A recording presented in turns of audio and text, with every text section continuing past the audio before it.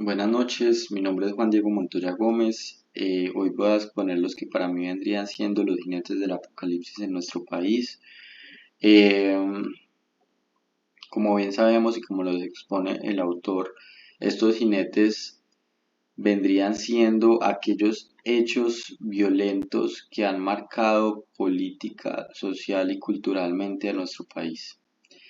Eh, Me gustaría empezar pues nombrándolos como los dice el autor, los cuales son el narcotráfico, paramilitarismo, la insurgencia, el clientelismo y la corrupción, por lo que diseñé una línea del tiempo donde espero relacionar adecuadamente estos hechos en nuestro país. Para la época de mediados del siglo XX en nuestro país se conoce como la época de la violencia o la lucha o el inicio de la lucha bipartidista en nuestro país, donde se vio la confrontación entre los partidos liberales y conservadores, lo cual desencadenó una de las épocas más oscuras en nuestra historia. Esta violencia y esta rivalidad no solo dividió el país, sino que dejó miles de muertos, también dejó una desconfianza en la política de nuestro país y a pesar de esto, aproximadamente en 1960 se creó el Frente Nacional, el cual buscaba pacificar el país alternando el poder entre el Partido Liberal y el Partido Conservador. Sin embargo, esto no se cumplió a cabalidad y en el momento en que esto no se cumplió, pues hubo un recrudecimiento de la violencia en nuestro país. Eh, para seguir con la línea del tiempo, me gustaría hablar del exterminio de la Unión Patriótica, ¿cierto? La Unión Patriótica fue este partido político que buscaba integrar a los sectores de la izquierda y también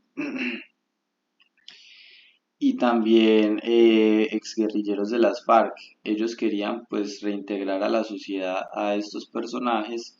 Sin embargo, lo que siguió fue una campaña de exterminamiento de todos sus simpatizantes, ya fueran candidatos o miembros del partido político. Eh, Esta genocidio pues ha marcado la historia de Colombia porque ha generado una herida profunda en la historia de la democracia colombiana, ya que el hecho de tener un ideal pues desencadenó estos asesinatos. Eh, Continuando pues en la misma rama de asesinatos, pues uno de los candidatos que, que representaba una esperanza y un cambio y una lucha formal contra el narcotráfico fue asesinado en 1989. El ex candidato presidencial Luis Carlos Galán del Partido Liberal fue asesinado por orden del narcotráfico en esta época, lo que evidenció cómo el crimen organizado se había infiltrado en las estructuras del Estado y en la política.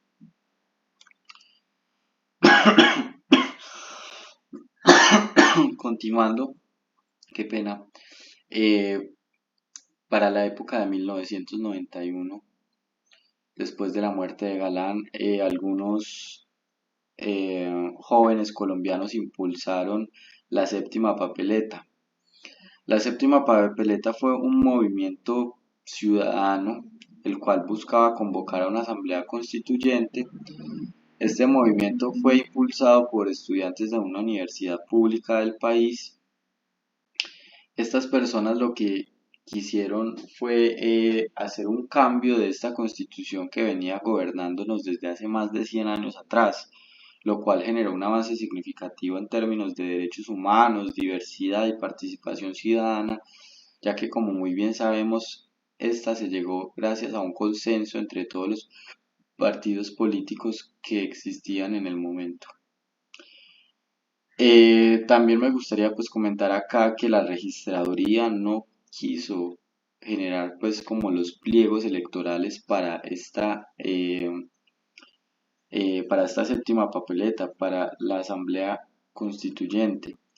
La registraduría se negó, sin embargo este tuvo una gran acogida entre todos los colombianos, por lo que se creó pues los periódicos daban como el pliego electoral y la gente lo recortaba y lo depositaba en las urnas. Y al ser tan grande la participación, pues fue tenida en cuenta. Bueno, también continuando pues como por la rama de la constitución política de Colombia, pues este personaje es bastante nombrado en nuestro país, Pablo Escobar, logró eliminar la figura de la extradición en esta constitución, ya que este episodio mostró la fragilidad del Estado frente al poder del narcotráfico.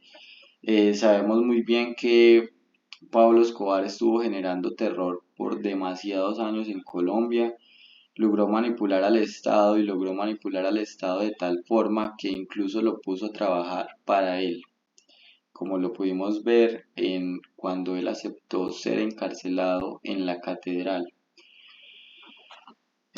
Continuando con la línea del tiempo, también me gustaría comentar algunos de los intentos y diálogos de paz en nuestro país.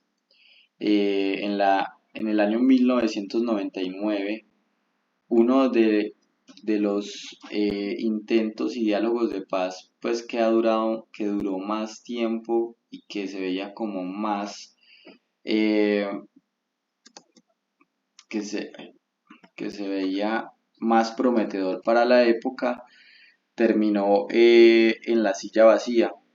Este, esta figura política, cierto, que fue como un rechazo de esta guerrilla hacia el presidente Pastrana. Lastimosamente no se llegó a ningún acuerdo. eh, la política nacional quedó en ridículo frente no solo a Colombia, sino que además a nivel internacional. Y no solo ha sido este proceso de paz con las FARC, sino que también pues hemos tenido varios intentos de procesos de paz, también como lo fue Uribe con el ELN, que también fue uno de estos procesos fallidos.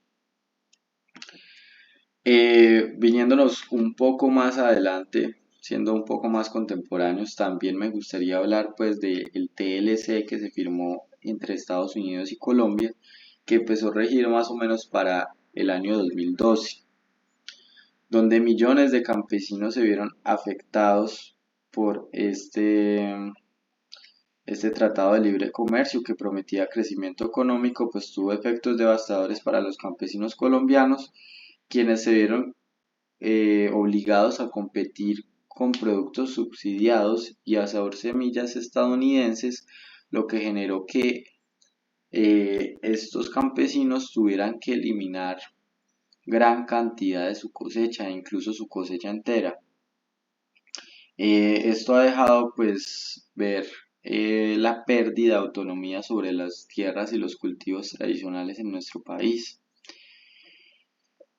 Y por último, en mi línea del tiempo, pues también me gustaría hablar de este mural, ¿cierto? Pero no solo es un mural, sino que es uno de los capítulos más dolorosos en la historia de nuestro país, ¿cierto? Son el descubrimiento de los falsos positivos, que según el Centro Nacional de Memoria Histórica fueron más de 6.402 civiles inocentes asesinados por el ejército y presentados como bajas en combate como guerrilleros. El expresidente Álvaro Uribe, quien promovió la seguridad democrática en nuestro país, pues es el principal involucrado, ¿cierto? El máximo dirigente de las fuerzas militares en nuestro país en ese momento y quien está siendo investigado en este momento por estos hechos. Para concluir, eh, estos son los hechos que yo elegí y que han marcado la historia de Colombia. Eh, Estos eventos nos muestran una Colombia llena de contradicciones, ya que ha sido un país que ha luchado por la paz y la justicia, pero que también ha sido víctima de sus propias divisiones, corrupción y violencia. Entender esta historia es esencial para no repetir los hechos, ¿cierto? Como nos lo han dicho siempre desde que tengo memoria, también nos lo han comentado incluso en las telenovelas. quisiera pues como terminar con una pregunta y la pregunta que nos queda es cómo podemos desde nuestro presente transformar estas heridas en oportunidades de cambio, en oportunidades de cambio que no se vuelva a repetir y que nuestro país pueda prosperar libremente. Muchas gracias.